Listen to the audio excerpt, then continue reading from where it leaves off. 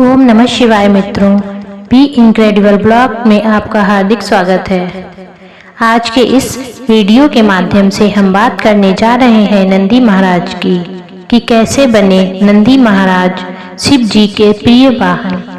दर्शकों, आपने हमेशा देखा होगा कि शिव मंदिर में नंदीश्वर जी को शिव के सामने विराजमान या फिर द्वारपाल के रूप में। आखिर कैसे और क्यों? हमारे सनातन धर्म में शिव महापुराण ग्रंथ में ये वर्णन है कि नंदी भगवान शिव के सबसे प्रिय गणों में से एक थे। ऐसा माना जाता है कि नंदी शिव जी के ही अंश हैं। अपने धर्म पुराणों में वर्णन है कि नंदी जी शिलाद ऋषि के पुत्र थे, और जबकि शिलाद ऋषि बहुत बड़े ब्रह्मचारी थे।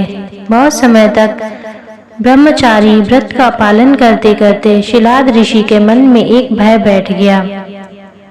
भय यह था कि बिना संतान के उनकी मृत्यु के बाद उनका वंश समाप्त हो जाएगा। इसलिए उन्होंने अपने वंश को आगे बढ़ाने के लिए एक बच्चे को चाहते थे। लेकिन परेशानी यह थी कि शिलाद ऋषि ऐसे बालक को गोद लेना चाहते थे जिस पर भगवान शिव की असीम कृपा हो।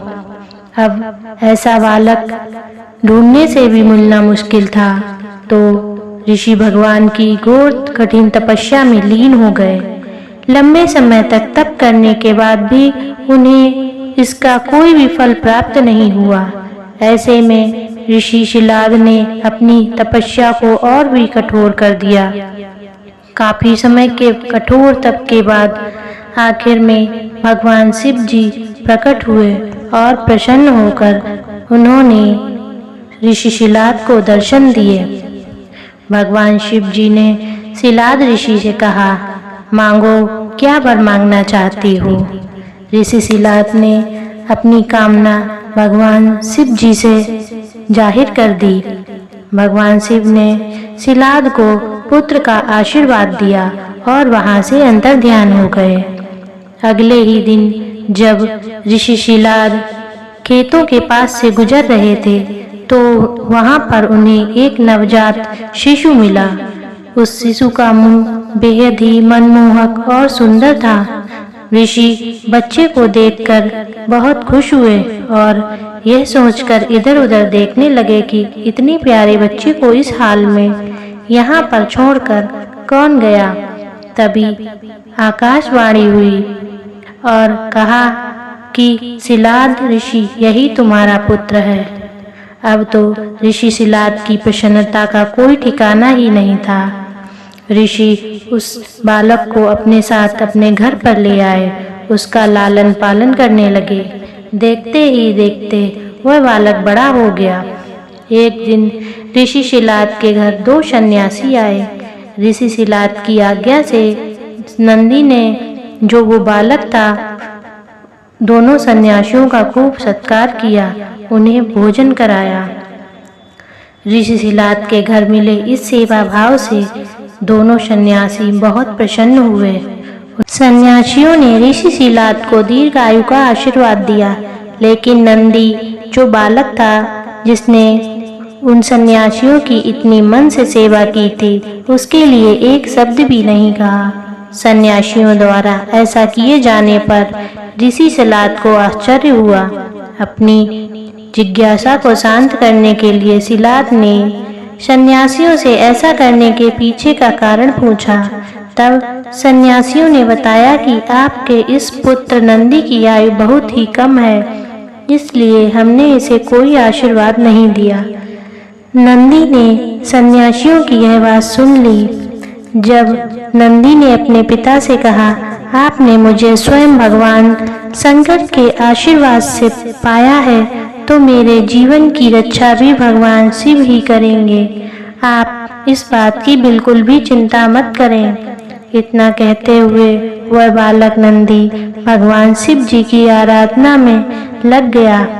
अपने पिता शिलाद ऋषि की तरह ही नंदी भी भगवान शिव को प्रसन्न करने के लिए कठोर तप करने लगा।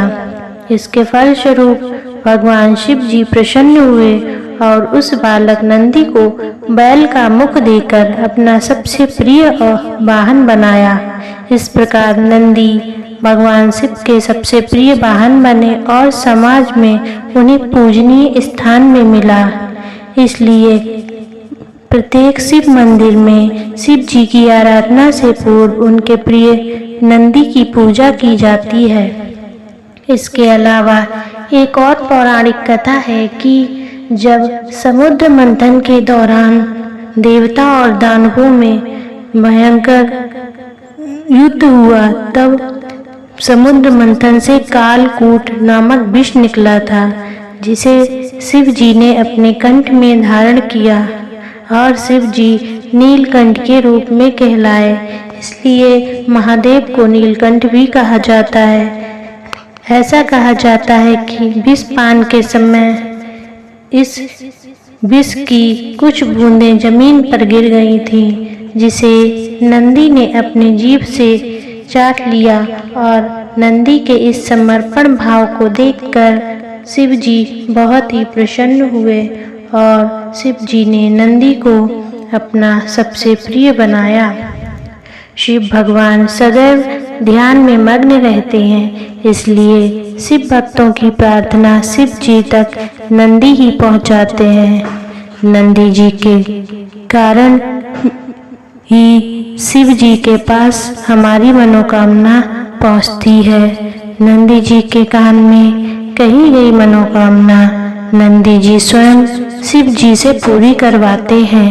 नंदी की कही गई बातों को शिव भगवान कभी भी टालते नहीं हैं, इसलिए शिव मंदिर में नंदी जी के कान में कही गई कामना शीघ्र ही पूरी हो जाती है। तो दोस्तों, ये थी नंदीश्वर जी की कहानी। आशा करती हूँ कि आपको वीडियो अवश्य पसंद आया होगा, और अगर पसंद आया हो तो कृपया इस कहानी को अपने मित्रजनों और परिवारजनों को अवश्य शेयर करें। ओम नमः शिवाय।